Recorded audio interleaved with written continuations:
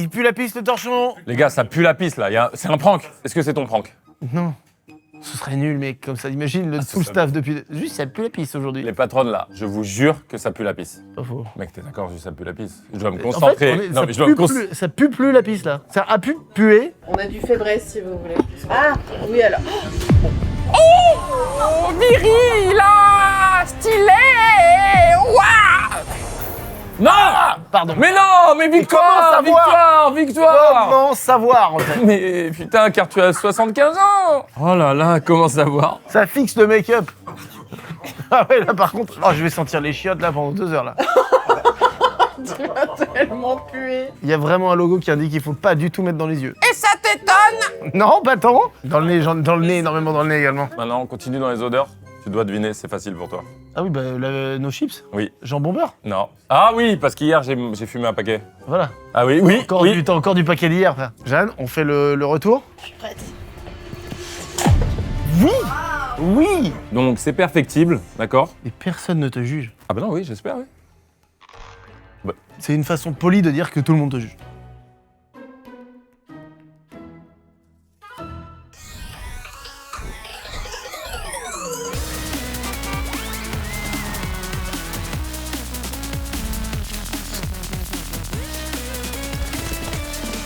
Bonsoir. Oui, aujourd'hui, je mets à culpa. Oui, je m'excuse. Car depuis ces derniers mois, ces dernières années, Carlito a essayé de nombreuses fois dans les vidéos de faire des recommandations, des livres qu'il aimait, des romans graphiques qu'il aimait, et à chaque fois je l'ai taclé, je l'ai bâché, et j'étais un bon ami, j'en doute. Extrait. Ramsès Parent, qui est un chroniqueur livre que j'adore, mon préf. Il a dit c'est un peu... Allez, ça c'est... plus loin qu'ailleurs, c'est simple. Oui, Ça y est. ça y est. Ouais. Le roman graphique en 6 points de vue, 6 volets. Mais aujourd'hui, pour me racheter, nous avons décidé d'offrir carrément une vidéo officielle à Carlito. Vous l'avez demandé aussi, on vous a vu en commentaire, on sait que vous l'avez défendu et à raison. Aujourd'hui, voici les recos de Carlito, 5 romans graphiques qu'il va nous présenter aujourd'hui librement et personne ne l'en empêchera. Personne, tu comprends? Danse, libère-toi, personne te regarde, monte ton cul. Oh, merde. Et c'est ou toi ou moi qui tombe, faut savoir. À main levée, qui aime lire des romans graphiques. C'est bien, des bonnes stats. Aujourd'hui, je vais pas te couper, je vais te laisser faire et je vais même m'y intéresser. De toute façon, tu m'en as déjà un petit peu parlé parce que effectivement, moi, je lis peu, enfin, je lis des choses, mais en tout cas, pas des romans graphiques, ça c'est clair. Quand tu lis, tu aimes lire. Non, je suis pas un fanat de lecture, hein, clairement, on va pas se mentir. La dernière fois, j'avais un livre de Mathieu Bablet, je crois. Oui, si. Ouais, si. Ah non, mais Si. les histoires me touchent toujours dans la vie. Ouais. C'est juste le concept de me poser et lire que j'ai pas mis dans ma vie. Et d'ailleurs, depuis qu'il y a les audiobooks, Oui. j'adore les audiobooks, c'est la vie. Est-ce que ton TDAH l'attend? Non, c'est un vrai truc. Tu sais, là, t'as la jambe qui tremble et t'as de l'impatience en toi. Peut-être, c'est Parce que peut-être lié. comme t'as ça, t'arrives pas à te poser 1h15 pour... Franchement, c'est possible. Hein. Après, il y a des livres dans ma vie qui m'ont eu et que j'ai lu. Vraiment, par exemple, tous les... Bon, à l'époque, quand j'étais plus jeune, les Harry Potter, je lisais aucun livre. T'allais dire tous les j'aime lire. Tous les j'aime lire. Non, les Harry Potter, par exemple, quand c'est sorti, je lisais jamais quand j'étais petit, encore pire qu'aujourd'hui. Et je les ai tous déchirés d'un coup sans pouvoir m'arrêter. Et pourtant, c'était la période de mon TDAH qui était bien plus qu'aujourd'hui. Je pense que c'est un truc juste que je suis moins attiré naturellement. Mais tu ne sais pas très bien lire aussi. Non, regarde. Allez, lis-nous une phrase. L'enfant. Nous partons pour long. Et voilà. C'est 2 longs mois. C'est pas vrai. Si, c'était 2 longs mois. Alors, qu'est-ce que t'as choisi? Alors oui, ce que tu disais au début, là, c'est pas l'idée, c'est pas que t'en foutes plein la vue. Peu importe si t'as pas forcément toujours tous les détails. Raconte-nous ce que t'as vécu. On veut savoir pourquoi toi t'as aimé. Pour ceux qui suivent quand même bien la chaîne et un peu mes streams, vous avez forcément entendu parler de tout. Oui. Mais au global, quand même, j'en ai pas parlé. J'ai pas promu ça, promouvu. Promiscuité. J'ai pas promiscuté ça sur la chaîne principale. Pour commencer, on en parlait avec Riyad Satouf, le roman graphique. En gros, ça part de la BD, de la bande dessinée, c'est-à-dire des cases avec des dessins Ouais, et des c'est vrai. textes. C'est lui qui avait dit c'est la BD qui s'est gentrifiée. C'est toi qui l'avais dit? Ouais. Ouais, c'était bien dit. Ouais. Mais dans le bon sens, parce que gentrifier, Oui. ça peut avoir un aspect négatif. Oui. C'est juste qu'il va plus loin que la forme peut-être Oui. que l'album classique. Oui. Ouais. Je vous fais un top 5 aujourd'hui, c'est-à-dire, on va dire, c'est dur de faire des top 5. Hein. Peut-être mes préférés, en tout cas, qui m'ont marqué. Pour les gens qui regardent et qui savent pas quoi ou lire ou qui voudraient découvrir cet Oui. univers, c'est vraiment 5 super points d'entrée. Voilà. J'aime les one-shots. Certains aiment les feuilletons, donc c'est-à-dire quand il y a plusieurs tomes, 1, 2, 3, 4 ou 5, je sais que tu adores. Mais moi, j'adore les one-shots. Ok. Tu lis, tu fermes, c'est fini, tu passes à autre chose. Comme un film versus une série? Et non, parce qu'il peut y avoir des suites au film. Non. Avant que je me lance dans mon top et que je vous parle de ces romans graphiques, soutenez les librairies indépendantes, je le dis souvent. La Fnac, c'est super, il y a des très bonnes choses, etc. Mais vous en avez normalement, alors peut-être pas tout le monde, remarque, mais chez vous, pas loin des libraires indépendants, c'est vraiment compliqué pour eux. Essayez de les soutenir, essayez d'acheter là-bas. Surtout que, en général, c'est des bonnes idées de cadeaux. Depuis que tu le dis et que même quand je passe à côté d'un pratiques libraire, je me dis tiens, je vais rentrer, je vais me balader, je vais voir s'il n'y a pas un truc qui me plaît. Tu parles. Je parle, je regarde, effectivement, je regarde s'il n'y a pas une idée de cadeau et tout. C'est souvent des beaux endroits esthétiques, il se passe des belles choses. Ouais. Le premier, enfin le 5, top 5, jingle. Hey. Celui-là, on est d'accord, je vous ai bourriné le crâne avec ça? Non, pas à ce point-là. Pas ton. Mutafuka, de toute façon, je vais vous le mettre entre les mains parce que ce qui est génial, c'est le dessin. Le volume aussi, moi j'aime quand tu te lances dans un truc énorme et tu sais que t'en as pour 10 jours de kiff. Bon, en l'occurrence, 2 heures si tu le lis d'affilée. Ah ouais, La ça, plupart moi, je- des trucs là, tu les lis en une fois ou 2 fois. Tellement c'est génial. Ah ouais, ok. Il y a plusieurs chefs-d'œuvre. Est-ce que c'est que des chefs-d'œuvre? Bon, en tout cas, Mutafukaz, c'est un chef-d'œuvre du genre, de la pop culture. C'est le label 619, ça aussi je vous en parle souvent, c'est un label français, un label qui galère comme absolument tous les labels et toutes les maisons oui. d'édition, donc envoyez-leur de la force. Ils sont hyper productifs, notamment avec Mathieu Bablet qui cartonne en ce moment. Mais moi, je suis encore plus fan de Run. On avait parlé à Run pour différentes occasions, il a déjà fait même des interviews. C'est un mec génial, c'est un vrai artiste intègre qui se bat pour son média. Mutafukaz, donc c'est Run qui a dessiné et écrit, ce qui n'est pas tout le temps le cas. Souvent, en général, il y a des collabs à 2 ou à 3 et parfois des gens qui font les choses tout seuls. Run, à cette époque-là, il fait son chef-d'œuvre. Et d'un point de vue, on va dire plus pour les jeunes, mais remarque, si t'as 40 ans, tu peux kiffer, c'est l'excellence. Franchement, c'est un essentiel. Genre, si tu aimes les romans graphiques, tu dois avoir Mutafukaz. Ça parle de ses références à lui. Tu sais, toi qui le connais, Run, c'est culture urbaine, hip-hop, années 90. Ah oui, oui, oui. La lucha libre, tu sais, le catch mexicain Absolument. et tout. Le complotiste, les infos sombres, les politiques véreux et tout. Il a tout mis. Avec des dessins que je trouve absolument géniaux, qu'on a envie de s'en faire Tout à des fait. tatouages. C'est un dessin moderne, un peu cartoonesque. et Non, tout. puis c'est très bien dessiné, c'est-à-dire qu'il y a beaucoup Ouais, d'ombre, de ouais. détails et tout, c'est pas dessiné à l'arrache quoi. Tout à fait. Alors j'allais dire tout est très bien dessiné, sauf que ça, il n'y a pas de dessin. Et c'est pour ça que j'y reviendrai. Ça, c'est incroyable celui-là. Le héros s'appelle Angelino. Je vais essayer, dans cette vidéo, il y aura des spoils. On vous mettra des petites alertes spoilers. Angelino, c'est un pouilleux. Je crois qu'ils sont en mode Nouveau-Mexique, Los Angeles, un quartier un peu des États-Unis, un peu inspiré. Ok. Il est pauvre, il est misérable, il vit avec son pote Vince, c'est un coloc, il est tout pourri, Angelino, ok. Et il se passe un événement, je peux vraiment pas vous dire. Après cet événement, il hérite de super pouvoirs. Mais Angelino, c'est lui? C'est lui, c'est le héros. Sauf que là, c'est une forme spéciale d'Angelino parce qu'en gros, il acquiert des super pouvoirs, il s'en rend compte progressivement malgré lui. D'accord. Au début, les premiers jours, il maîtrise pas, il en souffre. Oui. C'est Angelino Jolie. J'avais un doute sur ce jeu de mots, on est bon? Bah, on te l'explique pas, ça te dérange pas? Pas du tout. On te laisse dans ton goumin? T'es en goumin là? Et encore une fois, et ça m'a permis de comprendre ce que moi j'aimais, puisqu'on aime tous des trucs précis dans les œuvres Ouais, tout à fictives, il a un côté obscur qui se révèle. En fait, il a des pouvoirs de ouf qu'il maîtrise mal. Il a une version ultime de ce super pouvoir, c'est comme un berserk. C'est berserk. C'est-à-dire qu'il est quasiment immortel, il craint rien, il est trop fort. Du coup, ce petit merdeux, vraiment, qui est à l'arrache, qui est un délinquant avec son pote, il devient le seul mec capable de sauver l'humanité à ce moment-là. En fait, dans ce monde-là, où est-ce que là, de ce que je vois, peut-être que je me gourre, mais ce qui est rigolo, c'est qu'il y a beaucoup d'humains, on va dire, entre guillemets, Ouais. mais il y a des persos aussi complètement T'as qui peuvent totalement sortir raison. d'un autre univers, quoi. C'est pas C'est expliqué. pas expliqué, c'est l'univers est comme ça, là. Il y a une petite révélation après, tu comprends, mais c'est une bonne remarque. On sent que Ron, il s'amuse. Déjà, t'as vu la proportion des persos? Oui, bien sûr. Et regarde Les surtout têtes son sont pote. immenses. Oui, son pote est un petit squelette avec... Enflammé. Bah, comment il s'appelle? C'est Ghost Rider, genre. Je sais pas la ref. Ça ressemble à Ghost Rider. Oh, il y a Hitler. Et il y a Hitler. Mais il y a Hitler qui a l'air de se faire quand même bien défoncer la gueule. Hein. Donc voilà, je vous ai bien parlé de Mutafukaz. Vous voulez savoir d'autres choses? Ça a été écrit quand? Ça fait 20 ans. Ah oui, 20 Ça ans. fait 20 ans et c'est pour ça qu'on toujours l'a vu. iconique. Je crois qu'il y a eu le film d'animation et je crois que c'est Orelsan qui a fait la voix. C'est Orelsan et Gringe. Ah Ils ouais. ont fait le film d'animation avec Orelsan et Gringe. Pardon les garçons, j'ai pas vu ce film d'animation, mais je crois que ça vaut le détour. Mon nom c'est Angelino.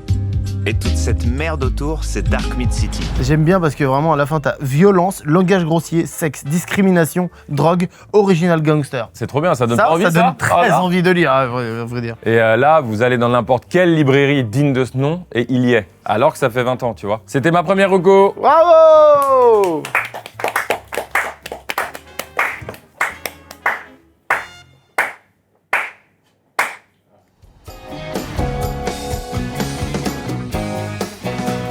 Quatrième recommandation. Celui-là, je vous en ai parlé. Oui. Les Indes fourbes. C'est un roman graphique, figurez-vous. Mmh. Ouais. Le dessinateur, c'est... Donc là, pour le coup, ils sont deux. Ok. Scénariste, Erol, j'ai pas Ouais. son prénom. Dessinateur, Guarnido, j'ai pas son prénom. Par contre, lui, il a fait Black Sad. Il y a beaucoup de choses. Bon, bah alors, en fait, ce qui est drôle, c'est que celui-là, c'est un chef-d'œuvre cartoonesque, violent, Ok. hardcore States. Et celui-là, c'est un chef-d'œuvre plus noblesse à la française, même si ça se passe pas en France. Ok, Mais mais tu vois, oui, il y a un de toute façon, truc, ça se voit, oui. il y a un truc, c'est plus dans l'élégance, etc. C'est pas du tout les mêmes tonalités. Pourtant, c'est deux essentiels. Vraiment, il faut les avoir dans sa bibliothèque, mais alors que ça n'a rien à voir. Et c'est que du français. Pour ceux qui sont chauvins comme moi, comme nous. C'est très bien. C'est-à-dire que oui, la d'accord. France et la Belgique, ils ont quand même l'apanage des romans graphiques, tu vois, c'est trop fort. Et je te laisse regarder. C'est le premier truc que je dis, c'est que le dessin est extraordinaire. Pour Oui, moi, c'est- c'est du Disney incarné, quoi. C'est du Disney en BD. Ah ouais, c'est complètement le genre de personnage Disney de l'époque. Exactement. D'ailleurs, il y a un petit côté Aladdin en vérité dans ce perso. Complètement. Le pouilleux qui veut atteindre des grands sphères, je dis le pouilleux, bon, c'est peut-être pas le bon mot, mais on se comprend. En fait, souvent il y a des anti-héros qui deviennent des héros, Ouais, hein, ouais. c'est souvent ça. Le pitch, très rapidement, dans Les Indes fourbes, le héros s'appelle Pablo ou Pablos, et il veut découvrir le mythique Eldorado. C'est toujours la symbolique de la terre promise, quoi. Mec un peu nul, qui se prend à avoir des ambitions et des rêves de grand pour atteindre le plus bel endroit du monde, le trésor, etc. On est complètement là-dedans, sauf que ce qui se passe dans Les Indes fourbes, et c'est pour ça que c'est iconique, c'est choquant. En fait, vous allez lire ce livre et vous allez, au bout d'un moment, prendre un gros choc de lecteur. Donc, barrière spoiler, c'est-à-dire que en fait, le héros parle à quelqu'un, ok? Et ce personnage, c'est le lecteur. On est au même niveau que lui. Et c'est-à-dire que le héros nous parle, on comprend aux deux tiers qui s'est complètement foutu de notre gueule. Il nous a mis la tête à l'envers, ok? Et en gros, il y a un plot twist. En fait, c'est l'art du plot twist, celui-là. Il y a que de la révélation et il y en a une vraiment, quand tu lis, et à chaque fois que j'en parle à ceux qui l'ont lu, ils me disent « Bah oui, moi aussi, tu vois. » Le choc est tellement puissant éditorialement Ouais. que tu finis et tu relis Et ensuite. tu relis pour revoir avec le nouveau point de vue. Parce que c'est génial, parce qu'en fait, c'est l'art de raconter. Ça veut dire que c'est un peu quatrième mur, tu vois. Ok. Et nous, on est surpris au même moment que l'interlocuteur est surpris, tu vois. Trop bien. Et bon, Ça donne très envie pour le coup. Ça. c'est génial parce que c'est une sensation assez unique. Je sais pas si ça vous le fait quand vous lisez. Bon, parfois, ça le fait devant des films et tout. Tu regardes ton œuvre, tu kiffes et tu fais OK. Et t'avais rien vu venir. Mais je vous parle pas de Fight Club et tout, hein. Là, c'est encore plus intelligent. Franchement, c'est brillantissime la manière dont c'est amené. Tout du long, t'es à fond avec lui et tu comprends. Il te brise le cœur au final. Oui, Un peu dans le bon sens. il te trahit, tu veux dire? Il trahit. Je sens que tu as été trahi. Non, En parce lisant sur Internet, ça parle de narrateur pas fiable. C'est exactement ça. En gros, c'est un truc ok. un peu connu, c'est que t'es avec lui et tout. Pourtant, tu sais qu'il est un peu coquin, mais bon, vas-y, t'es avec lui.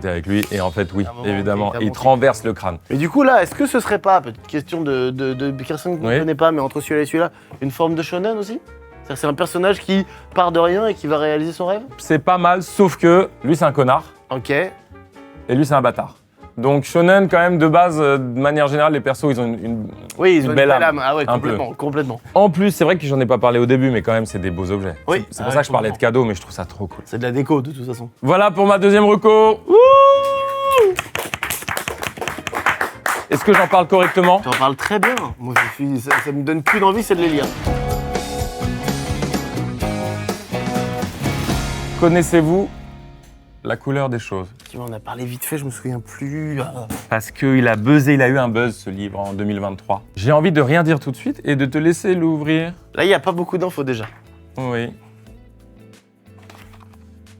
Tu as vu? Oh waouh, c'est fou. Ah non, mais attends. Oui. C'est vu de. C'est Oui. vu zénithal?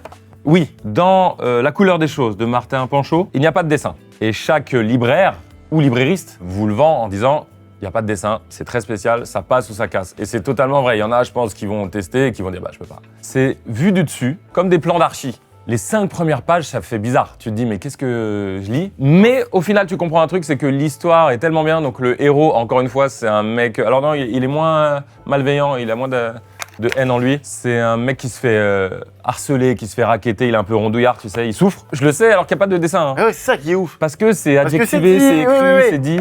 En fait, tu vas suivre ce. En fait, tu suis des points. Et surtout, tu vas d'autant plus suivre que c'est des points. C'est-à-dire que comme on n'a pas de dessin ni de vue, de visuel, Tu t'imagines, toi, le truc. je pense que tu te concentres plus. Ah bah ouais. C'est dingue. Mais je répète, pendant 5 pages, c'est chaud. Mais si tu rentres dedans, c'est génial parce que tu comprends que quand t'as une bonne histoire, un peu, tu sais, un peu les films et tout. Hein. C'est-à-dire, tu pourrais, avec un bon son, Ah ouais, et même complètement. filmer à l'iPhone, tu peux faire la meilleure des histoires en vérité. Totalement. Et tu vois, c'est hyper audacieux. En 2023, ça a payé. C'était hyper nouveau à ce moment-là. Ah Je ouais, sais pas c'est- s'il en existe d'autres comme ça. Sinon, parce Ah que- bah là, si un autre fait la même chose, ça va se voir là. À moins que ça devienne un style, tu vois. Je sais plus où ça se passe. Banlieue anglaise, peut-être je me trompe. En tout cas, petit mec. Et c'est compliqué vraiment tous les jours sur le trajet de l'école et tout. Et il croise une dame sur son trajet, il va l'aider. Et grâce à elle, il va gagner au loto. En tout cas, il va miser sur le bon cheval, un truc comme ça. Ah oui, c'est ça, il y a un cheval à un moment. Ben voilà, il va devenir riche. D'un coup comme ça. Du coup, son rapport à la société, aux harceleurs aussi qui l'ont emmerdé, mais même au monde, change d'un coup, tu vois. Et donc après, tu suis ses aventures, comment il va faire pour gérer cet argent, surtout qu'il a pris l'argent de base pour miser, il l'a pris à son père, et ensuite il a gagné, donc est-ce qu'il est redevable envers son père? Tu vois, il y a des petites histoires comme ça. Et donc après, tu suis ses aventures de mec riche, qui ne sait pas du tout, qui a aucune confiance en lui. C'est très drôle, et c'est sous cette forme vue du dessus. On comprend déjà, en vrai, même en feuilletant comme ça, on comprend déjà le personnage que tu suis et tout. C'est hyper intéressant, fort. C'est ouf, hein? Est-ce que j'ai besoin de vous dire que c'est un très beau cadeau? Non, ça, non. Peut-être que j'arrête de le dire. Hein. C'était ma 3e recommandation. C'est celui qui m'a le plus eu pour l'instant. Ouais. Ah, il m'a attrapé celui-là, il m'a intrigué. Mais Tu vois, c'est dit que ça a buzzé, mais moi j'avais jamais entendu parler. Non, oui, Rien, bah, ça a rien, buzzé zéro. dans cette industrie qui est un peu niche quand même en vrai. D'ailleurs, on testera les niches avec Gilles bientôt. J'ose pas me retourner, il a fait le chien. Je crois vraiment qu'il a fait le chien, Prom Dog. Et maintenant, conjugue-moi niché au premier. Nous. Le QI des deux là. C'est-à-dire qu'individuellement, vous êtes brillants, mais alors à deux. Bon, alors, il t'en reste combien à nous proposer? 2. Celui-là, tu m'en as parlé, je sais, et l'histoire m'avait touché.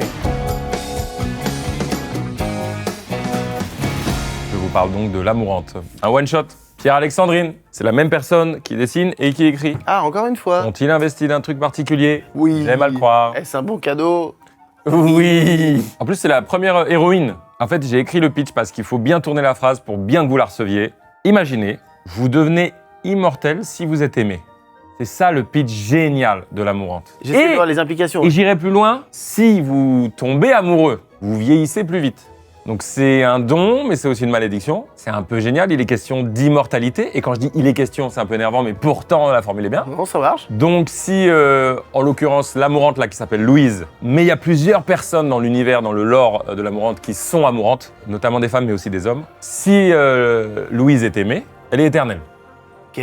Est-ce que son but à elle, du coup, c'est d'être tout le temps aimée? Son but, c'est une bonne question, c'est-à-dire qu'elle le subit. Déjà, il y a le moment où tu le découvres. Donc, ça veut dire elle fait sa vie et elle se rend compte progressivement que. Attends, elle se rend compte qu'elle ne vieillit pas. Oui, donc en fait, ça s'applique à quelques personnes sur Terre. Quelques personnes qui sont des amourantes, on appelle ça les amourantes. Elle vit ce truc-là. Oui. Elle ne le sait pas qu'elle est et c'est pas un truc Non. connu dans cet univers. Non, elle le exactement. découvre. Et d'ailleurs, elle le révèle. C'est le monde moderne. Elle est à Paris, je crois, dans un grand appart, avec son mec, enfin son ex. Son ex, il comprend rien. Pourquoi tu me largues et tout? Il est largué. Et elle lui dit bon, il faut que je te dise un truc. Elle lui explique, je suis une amourante. Ça arrive parfois dans l'histoire de l'humanité.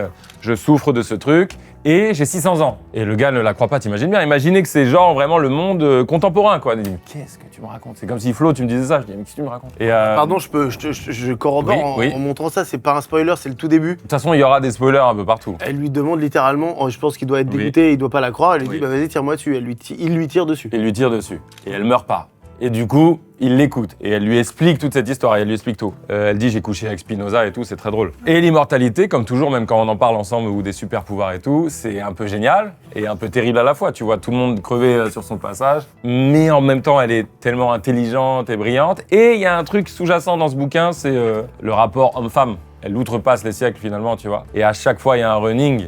C'est que l'homme veut posséder la femme. Il veut soit être en couple avec elle, soit il veut la baiser, soit il veut avoir la main mise, tu vois. En fait, il y a un fond féministe qui est hyper intelligent. Et surtout, elle en souffre, mais elle rencontre sur son chemin Eleanor, qui, elle, se joue de ça. Elle déteste les hommes, du coup, parce qu'elle a vu à travers les siècles que les hommes ont toujours le même but dans leur tête. C'est une autre amourante. C'est une autre amourante. Ok. Eleanor la prend sous son aile et elle lui explique tout. Voilà comment ça se passe. En gros, Eleanor, elle est en mode je vais me faire aimer par tous les hommes pour vivre éternellement. De toute Exactement. façon, c'est des connards qui souffrent ou pas, on s'en fout. C'est à peu près ça. Ouais, elle est dans cette... Sauf que, vous verrez, évidemment, il y a des finesses, parce qu'il y a aussi, malgré la folie, la perversion des hommes, il y a aussi des belles histoires. Oh bah Mais attends, Louise- je suis tombé pile sur la page où tu dis ça, c'est incroyable son histoire. Voilà, c'est ça. En gros, elle est restée... je peux pas le dire ça. Si, on En mettra gros, des gros spoils. elle est restée pendant des siècles à être aimée et à être invincible.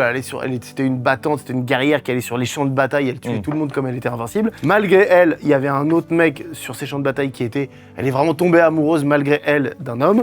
Et en fait, c'est là où elle s'est rendue compte qu'elle vieillissait. Et du coup, pour pas perdre sa jeunesse éternelle, elle a décidé de tuer son seul amour. Et du coup, ensuite, elle a dit, je fais une croix sur l'amour, ils m'aimeront et ils paieront maintenant pour toute cette tristesse que j'ai eue. Et le fait de s'empêcher d'aimer, de pas être tout à fait à l'aise quand quelqu'un nous plaît, c'est un peu génial ce que ça fait régir, ce que ça fait activer dans le cerveau. Elle, là, notre héroïne, qui s'appelle Louise. Est-ce qu'elle fait en sorte que les hommes tombent amoureux d'elle ou c'est un peu malgré elle? Cette question, c'est pourquoi faut lire le bouquin. Ok, super, voilà, Euh, c'est ça que je voulais comme réponse. réponse. Sachant que tu lis en espérant qu'elle trouve l'amour, un truc digne de ce nom, tu vois. Et oui, c'est vraiment une histoire géniale. En plus, ça te fait voyager à travers les époques. C'est hyper intéressant. Est-ce qu'il faut vivre une vie plus courte, mais en ayant aimé, ou une vie infinie sans éprouver le sentiment d'amour? Pierre-Alexandrine, bravo, c'est génial. C'est très très joli. J'ai quand même l'impression que ce sera un super cadeau, ça. Je sais pas ce que vous en pensez.